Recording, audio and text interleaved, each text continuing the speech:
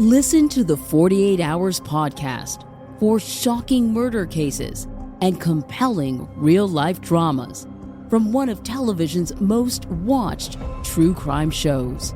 Go behind the scenes of each episode with award-winning CBS News correspondents and producers in Postmortem, a weekly deep dive. Listen to 48 Hours wherever you get your podcasts. This episode is brought to you by Marvel Studios Echo. All episodes streaming January 9th, only on Hulu and Disney+. Rated TV MALV. Viewer discretion advised. Maya Lopez has betrayed her mentor, the notorious Kingpin. Now on the run, she returns to her hometown to prepare for the biggest fight of her life. Don't miss Marvel Studios' hardest-hitting series yet. An epic 5-episode event. Marvel Studios Echo. All episodes streaming January 9th, only on Hulu and Disney+. This is a Rogue Media Network podcast. Caroline, you should tell them about the newest thing that Bloody Happy Hour is doing. A Patreon. It's a Patreon. What is that? That means you're basically like a VIP member, and you get some perks. You maybe get like merch a little earlier. You get exclusive merch. You could get first dibs on signing up for a live show. You get episodes with no commercials. You get our video because our video is no longer available on YouTube. It is only on Patreon. And the most important to me is you get videos of our live shows, but also bonus episodes each month. But if you're on a Patreon, you're VIP, you're going to get more. Because I always have a lot of details I want to go to. I can law-splain. I might read a book. This is also going to be the exclusive place that Dirty Chat is going to go to. In order to hear the full content, it's going to be Patreon. Where do they go again? Patreon.com/BloodyHappyHour.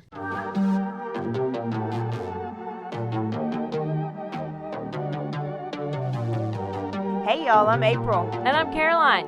And This is your Bloody Happy Hour. Caroline, are you ready for this? This is your newest guilty pleasure. It's the bloodiest part of your week. Did we say something about it also being happy hour? Show did. Because we about to be sipping on some murder. Bloody Happy Hour.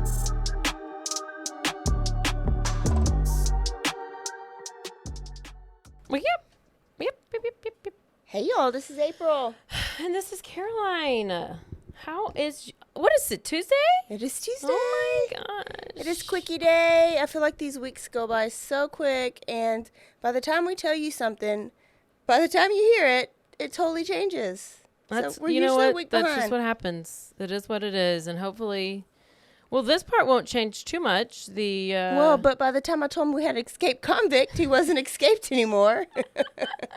You gonna tell us about Danelo? Yeah. Okay, let's do it. But otherwise, we need to start letting this come out the next day. Yeah. We'll see about We're that. gonna talk to you about that. Danelo Cavalcante, the manhunt is officially over. He was caught after being on the run for almost 2 weeks. Pennsylvania State Police and other agencies caught him early. It was on a Wednesday morning, and they used thermal imaging, which was kind of an unexpected approach. What they did was, so he had found a backpack. Did we talk about that? He found a backpack, but inside the backpack, this is what he says, that there was a razor. And that's when he was able to shave his beard, and he changed his hair a little bit. I mean, he braided it up. He found a hat. He found a sweatshirt. And then it looks like he had dreads or something. Yeah, when they finally caught him, I didn't looked know like if it his was hair, braided up. Yeah, or matted or something. It probably was matted. Okay. And I bet he smelled really good. He had been seen in and around Chester County several times. At one point, he was seen in a white Ford Transit van that was stolen from a dairy farm. And then I remember watching all of that, and they were like, oh, it has a dent, and has this and this and this. And they found the van, and then he was, of course, gone already because they were like a few hours behind him. And then right before he was caught, he had stolen a gun from somebody's garage. And then after they caught him, the police gave this press conference, and that's when they were talking about how around midnight, the night before they caught him, a home burglar alarm went off in the area. And that's what triggered them to get law enforcement to respond. They didn't find him there, but they had tactical squads that were set up and brought around the area to do the search. They had aircraft overhead, but then there was like a storm that came, and then the helicopters and the air traffic had to go away and leave, and then they were able to come back, and then that's when they had detected a heat signature. And so whenever they finally were back in the air, they went to where the source of the heat signature came from, and they found him, and he was like completely off guard because I guess he thought that they were gone, but then they maybe had already found that where the heat signature was coming from. And he said that once law enforcement, or once he realized law enforcement was on his heels, then he took with his because he had that rifle. I think that's why they like stepped it up a little bit once he got that gun. He said he tried to crawl like underneath the undergrowth into the wooded area, but that's whenever 4-year-old police dog Yoda with U.S. Customs and Border Patrol just gave him a little nibble, and that was it. There were some interesting reports that came out that said that he took like boots from somebody's home, and that he survived on watermelon and like stream water. Oh, okay. And I know that he said that he had buried himself under the brush, and that the officers had come, it's said, within like 7 to 9 yards of him. And I have a clip. It was like, what was the purpose of this? You didn't get laid. You didn't get no good Mexican food. You didn't get drunk. Like, you just made your life harder. Because what he says, and what I'm going to play in this clip, is that he says that he was planning that next day to carjack a car and go to either Canada or Puerto Rico. Yeah, that's way too different. Why ways. would you not? First of all, why would that not be your number one plan? Like your first plan? Well, first he had to get a car. Yeah, like why would you not like think of that like a week ago? Because now maybe he did get Mexican food and get laid and got drunk, and then he was like, now it's time to go. True. Maybe he had his... Because, yeah, he could have... I mean, I think he still had some help from somebody at some point. I thought it was well, they Sissy. did, but then apparently they came out and they said that she had nothing to do with it. Well, did they still deport her? Yes. She got to go back to El Salvador. See, brother, you didn't do nothing good coming out. He probably wanted to go back by that time. He's like, oh my gosh, I have to sleep on these leaves and I have to cover up my poop. Okay, so listen to this clip. And he didn't move for the first couple of days, he said. He survived on a watermelon that he found at a farm. He drank stream water. He was hiding his fecal matter under leaves and foliage so that law enforcement couldn't track him. He was a desperate man. He also described the backpack that he obtained was obtained early in his flight. He had taken it from a residence. And that's where he obtained a razor. I know a lot of people have talked about how did he get so clean shaven? Did somebody assist him? Well, quite simply, that razor was in the backpack. So he answered a lot of questions for us. And he also described an increasing amount of law enforcement every day. And that goes for both perimeters. And ultimately, that's why he decided to leave the Longwood Gardens area. He said that on numerous occasions, 3 times he described that law enforcement officials almost stepped on him within 7 or 8 yards. 3 times. So you're literally saying it was just luck, that he finds a backpack and there's a razor in the backpack, that was just luck. You can't make it up, Aaron. We specifically asked him that question, how did he get clean shaven? And he said there was one in the razor in the backpack that he took. We still don't know the exact place where he took that backpack, nor do we know the exact location that he took the Eagle sweatshirt as well. He actually said that he was going to steal stuff where there was opportunity. He was a desperate man that was going day to day, in order just to survive. An interesting statement he said also was that his end game was to carjack somebody and to head north up to Canada. And he intended to do that in the next 24 hours. He said the law enforcement presence where he was immense, and that he felt that he needed to leave. He had seen the aerial assets we were using. He had seen the helicopters. So that's why he held on to that rifle for so long. And did he, you said that he survived on stream water and watermelon. Did he talk about anything else about how he was able to obtain food? No, it was just the watermelon, the stream water. We didn't get too much into what else he was eating, but we were interested in the part about the carjacking and the rifle and his intentions and the end game.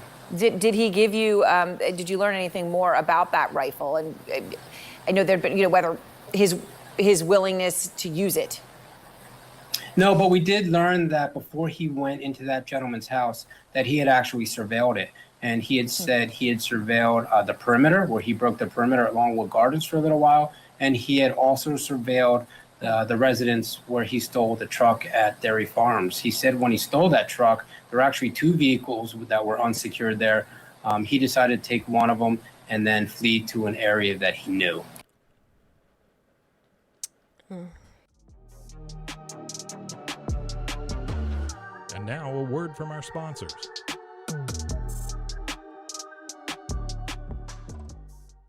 All right, if you love smoothies or if you love your protein in the morning, you need to get you a Blend Jet. You can do that if you go into blendjet.com. If you enter the code BHH12, you get a discount. And let me tell you, these things are portable. They are easy to use. They can fit in your cup holder. You can have it at home or you can have it in your office like I do. Right this morning, I had my blueberry banana one How was with it? some chia seed. Wasn't chunky or anything? It was very smooth. When I have it in my shaker, it is a little chunky. So this is a great alternative. I love it. It is battery powered, so all you have to do is plug it in every 2 weeks, and the battery never runs down. Oh my gosh, I love battery powered things. Go to BlendJet and order you a BlendJet and get a discount. Thanks, April, for sharing. Did you know you could be putting oil and chemicals in your coffee? I love coffee creamer, but I don't think I've ever turned the bottle around to actually see what's inside. When I did, I found out many of my favorite creamers contain ingredients I would never intentionally add to my coffee cup, like canola oil, dipotassium phosphate, ew, and artificial flavors. Laird Superfood all started when big wave surfer Laird Hamilton needed morning fuel that could allow him to spend the entire day chasing the ultimate wave. He couldn't find anything in the market that met his ingredient standards, so made himself the ultimate plant-based creamer. Laird Superfood started and launched its first product, Original Superfood Creamer, in 2015. Laird Superfoods contain no artificial flavors, colors, or additives, and no sugars from highly refined corn syrup. All Laird products are sustainably sourced and thoroughly tested to ensure that you're incorporating the cleanest, finest fuel into your routine. All Laird products are also made of all-natural whole food ingredients, and they are crafted from the highest quality all-natural real food ingredients. Are you ready to feel more energized, focused, and supported? Go to lairdsuperfood.com and add nourishing plant-based foods to fuel you from sunrise to sunset. Use our promo code BOO at checkout to save 15% off your purchase today. I'm your puzzle pal, and I'm going to tell you about my latest obsession, Wongo puzzles. These things are the real deal, folks. They're high quality, handcrafted, and perfect for anyone who loves a good challenge, but doesn't want to dedicate their entire kitchen table to puzzles for a week. Trust me, I've been there. I might still be there. But I got one of these actually for Christmas. I loved it. I did it, and I was so proud of myself. And they have all these cool designs, and you need to go to wongopuzzles.com and use our discount, BHH. You get 10% off, and I really want to know if you'll order one of these puzzles, what you think about it, because it's so fun, and I need to order like 5. Cure hydration. If you are obsessed with your hydration like I am, this may be something good for you. This is something that is so easy. Forget about the Gatorade. That just dehydrates you even more. And if you don't like the taste of coconut water, try Cure Hydration. You can go to my offer link. It is zen.ai/BHH 20. This is vegan. It's no added sugars. It's just a little packet you could put in your water. Or if you're really smart during happy hour, you could put it into your Tito's. It is just as effective as an IV drip. And it's, if you do not like the taste of water, it's not as boring as water, not as sugary as the sports drink. And if you're an athlete, it'll give you the best performance. Or if you just get brain fog or headaches because you do not stay hydrated. Brain frog? Brain fog. The solution is Cure Hydration. So go to that link, enter the code. You can go to my offer link. It is zen.ai/BHH20. Cure Hydration.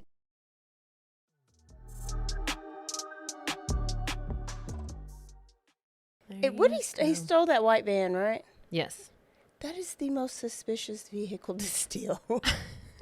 Everybody, when you see a white van, everybody looks inside. Like, I even memorized the first three of the license plate when I see a white van. I mean, and he was small. He could have just gotten away and blended in. He was just 5 foot nothing. He really could have just gotten. I mean, I'm glad they caught him because he didn't. Because what he did was, he committed a crime in Brazil, and then he fled, and then he came here and he stabbed his girlfriend 32 times in front of her two kids. Yeah, he needed to be caught. But the guard who was on duty, he got fired. We talked about that. How he what was he doing? Just watching porn? Yeah. Taking a nap? TikTok. It's a time suck. He was going down the TikTok hole. He was like, oh shit, I forgot to count my prisoners. It all comes back to China. So, Gonzalo was gone for 3 weeks. Was it 3 weeks? 3 weeks. I just looked it up. And then I didn't look up Casey and. Oh, I think they were a week. But the Texas 7, 6 weeks. And they got the furthest because they were in Texas, obviously. They were caught in Colorado Springs. And they lived it up. Yeah. Yeah. They lived it up. And this Gonzalo and this guy, they got out for nothing. They just got out to suffer. Ted Bundy, what'd he do? Got out, stole credit cards, got a bunch of wine. He got a bunch of gourmet meals. He lived a whole life as another person. Yeah, he knew if what you're he was gonna doing. Escape, get something out of it. Yeah, get a new identity. You have to have a plan. You have to have your out. If he was in a gang, wouldn't his gang be okay, hook him up? Problem was he was from Brazil and he probably just didn't have many people here. Cavalcante. Or was it Brazil or El Salvador? I think it's Brazil. It's, they're probably the same place. Maybe. Us and our geography. Well, I mean, I was a teacher at one point for geography. Moving on to Coburger. Let's do it. This was the cameras in the courtroom situation. Yeah. So Judge said that cameras in the courtroom, what did I write down earlier? It seems that he feels very concerned about what's going on outside of the courtroom versus what's going on inside of the courtroom. And he basically thinks he can control the internet because it's all coming back to social media, and he didn't like how, stuff is edited and stuff is portrayed and people are making clips and it's not going to be any better without the cameras. People are going to speculate more, and you're going to have more of a flood of people in the courtroom. I think. Yeah. I mean, I just think it'll leave questions. People will question the verdict and all that stuff. It'll just leave more questions.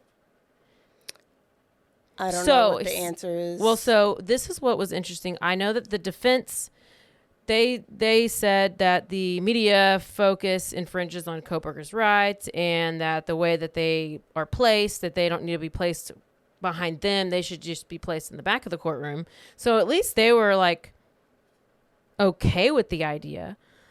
Still against it, but they're if it needs to be, this is where we want it to be. And the prosecution agree, like they also don't want cameras. Like neither side want cameras because it's probably going to be easy to. But they say the prosecution says or something. The prosecution said that they didn't want the sensitive, like if people didn't want to be like sensitive testimonies, like if people didn't want to be on camera, they didn't want to go, expose them. Like, well, you don't have to have like. There's been plenty of cases that are on camera where they either just like pan to some other screen and they just have the audio, or they just have you listening. That way, it does not showing their face. I mean, and that's an option. So this is what the Goncalves family and the Kernodle family said, is that it is vitally important that this trial be open to the public to view and to watch. There is an enormous amount of media coverage about this case, some good, some bad, and with that comes the responsibility of the court to ensure a fair trial. This case is surrounded by secrecy. Everything is either sealed or unread. The family has not received any discovery on this case or any information about the facts of this case from the state. No one knows about anything about the case, which leads to speculation. This speculation is fueled by the secrecy surrounding everything that is filed and every hearing that is closed off to the media and the public. And I agree with that. I think that it does lead to speculation and it leads to more of a circus. But, okay, so whether the cameras are in there, so if the cameras are in there, the jury is going to see their view anyways, right? Yeah. So no matter where the camera is, the jury's going to see their live view from their seats that are not going to change, whether they choose to focus on Koberger or the person testifying. They still, no matter what, you still can't go home and you can't look at any articles and you can't go online. So those rules don't change, or you get taken off the jury. So I don't understand. I mean, I can see how it can mess them up, but I don't see how that's going to mess with the jury. How we see it, like where the camera is placed or not, or who they focus on. Yeah, and I don't know either. I don't either. I think I think the prosecution and the state, there's some shady stuff going on, and they don't want it out. At least that's what House and Habit has told me, and so I believe everything she says. There we go. Let's touch on 8 passengers. Okay. What did we all... Okay, so Ruby Franke and Jodi Hildebrandt. So they have...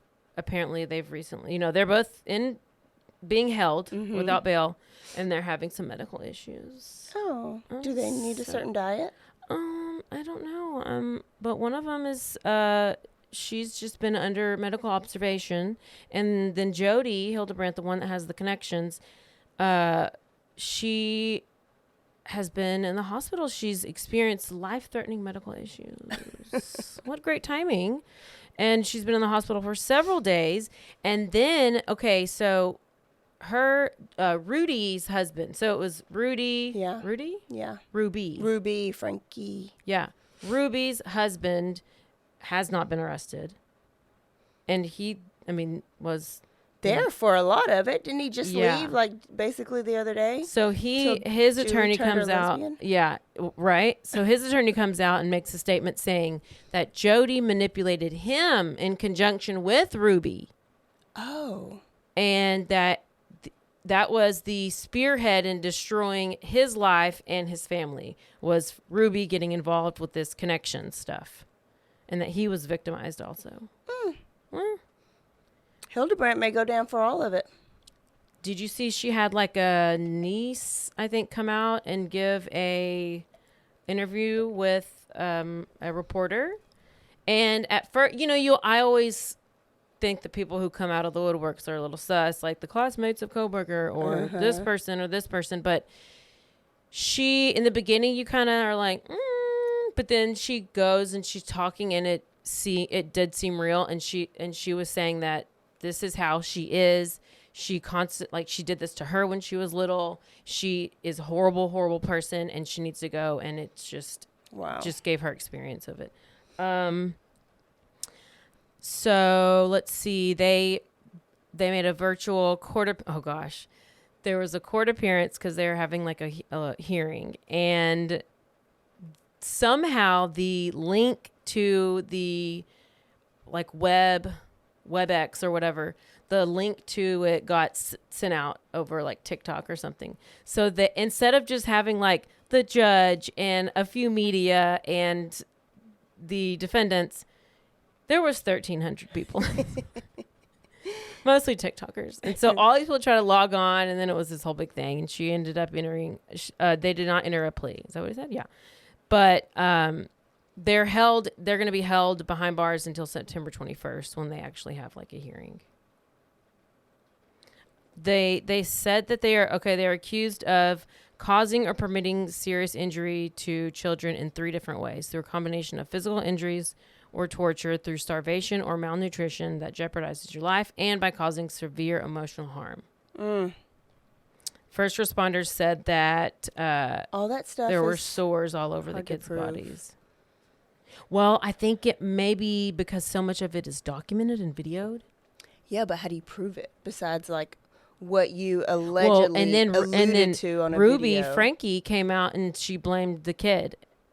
And she said that, well, her son had abused over 20 other people, and so it was his fault. And even on the 911 call, the little boy who escaped told the neighbor, she's like, well, it's actually my fault that I'm like, that's happened to me. Like, so they've like completely brainwashed these poor kids. And yeah, it's bad that Hildebrandt, it says that she has a master's degree in psychology, and so that's how her and Franke or whatever, Ruby Franke, that's how they like just kind of joined forces to like have to co-host the like parental advisory podcast, like parents advice for parents, but that they were like downplaying eating disorders and they would blame rape victims and stuff like that. Speaking of Utah, one of our mutual friends, we'll just say Becky B, okay, that you work with, went the other weekend because her son played there. And her post was, this was talking about Utah, literally the friendliest state we have ever visited. And I was like, come on, Becky, I need to let you listen to some stories. No. That is the opposite of what you need to be thinking about these They Utah try to get people. you in. That's what they do. So I was like, does your husband want to have 7 more wives now? Oh, she's going to move to Utah. Do you want to homeschool your kids? She's going to move to Utah. Do not homeschool. Okay, homeschool, maybe. You know what? Just, it's always, it's opposite of what my shirt says. Not a red flag. Not a red flag. Sarah Boone also has written another letter. I will not read you this letter because it is that long. Gosh. And she has a new attorney. I can't with her. There's another hearing coming up, and it is, this is like, it is a song that never ends. I just go on and on and on. And that is how Sarah Boone's case is going right now. And it's really kind of funny. It's actually it's pretty comical. Yeah. She is the worst. I'm going to post it. I'm going to post the letter on our Patreon, and you have got to read it because it is really funny. How many pages is it this time? I don't know. It's like 4 or 5. Oh, gosh. She's so bored. But she knows she is the smartest person in the room. And she probably feels so good about herself after she writes these. And she's probably like, this is it. This is the letter that's going to change my life. Yes. They're just going to overturn my sentence after this. Oh, don't let me forget about Jen Shaw and Elizabeth Holmes. You know, they are both in the same federal prison down in Bryan. We got to go visit them. They have now become besties. Oh. I knew it was going to happen. So Jen Shaw is like leading this fitness class. Oh. Shaw Amazing Abs. And Elizabeth is taking the class. What? Are they gonna be like Piper and Alex off of Orange Is the New Black? They're gonna make a Real Housewives of the Pen, and it's just gonna go viral. I mean, we have to go. We have to find a way. I don't think we will. Also Jen Shaw has taken a motherly role towards Elizabeth. So she's the top? I don't know how it works. She's taken a motherly role towards her because, that Elizabeth had just had that baby, and apparently Jen's giving her a lot of advice. I don't know what kind of advice, but They're prison lesbos. I don't even think they don't even look. They wouldn't match.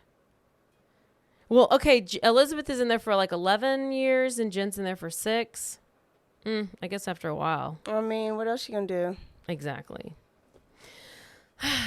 So there you go. Anything else that's come up? I mean, there are some other stories, but listen, there's so much happening. Yeah, there's a whole lot.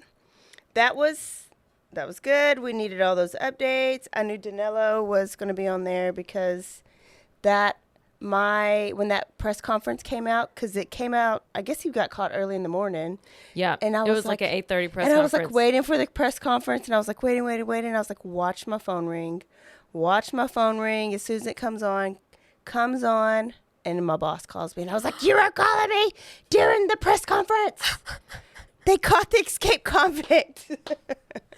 Somebody showed me a meme, and it was like of the police chief or somebody asking, did you catch him in a trench coat like the Little Rascals? Was it 2 of them stacked on each other? Because like in the movie, because he's so short, and it was so and how all the cops, they like all lined up and took a picture. I was zooming in like, oh, he's cute, he's cute, man, that's some good looking. Hoodie. And that like his blood all down his face. Oh yeah, he just probably wanted a good shower, and I know. I was wondering if toilet paper. I know. Apparently I would have broken into people's house to use I would have took a bath. People would have been reporting somebody broke in and took a shower and took a shit and ate my queso. Like he just took watermelon. What do y'all eat in Pennsylvania? Because he took snap peas at one place. Is there healthy. Only vegans? He's really healthy. Maybe he is. Maybe he is from Brazil.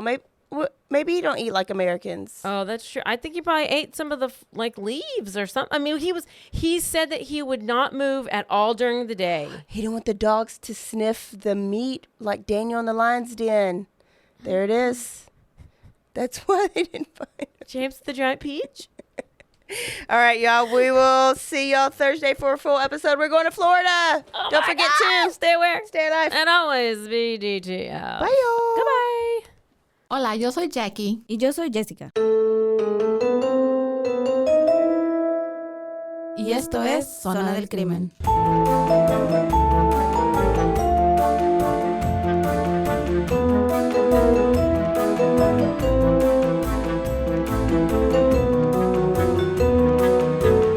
Un podcast donde hablaremos sobre casos de crímenes reales y eventos impactantes que han quedado marcados a través del tiempo. Recuerden que nos pueden seguir en Facebook, Instagram o donde escuches tus podcasts favoritos.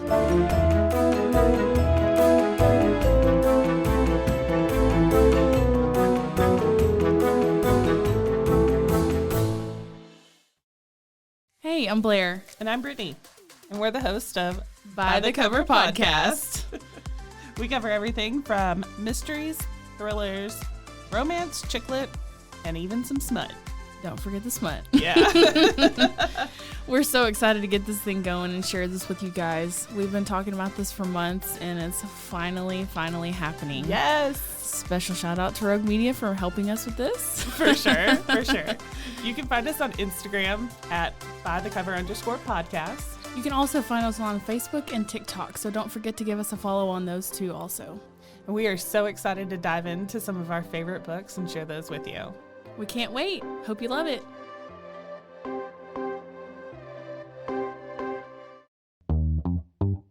Hi, and welcome to Bustles and Bangers with your hostess, Rachel and Christopher. I love it when you say my name.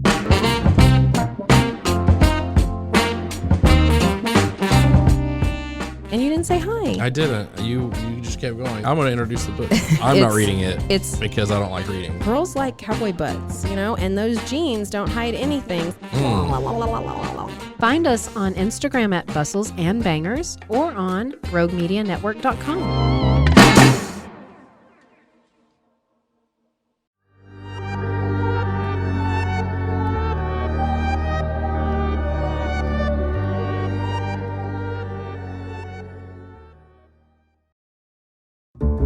This has been a Rogue Media Network production.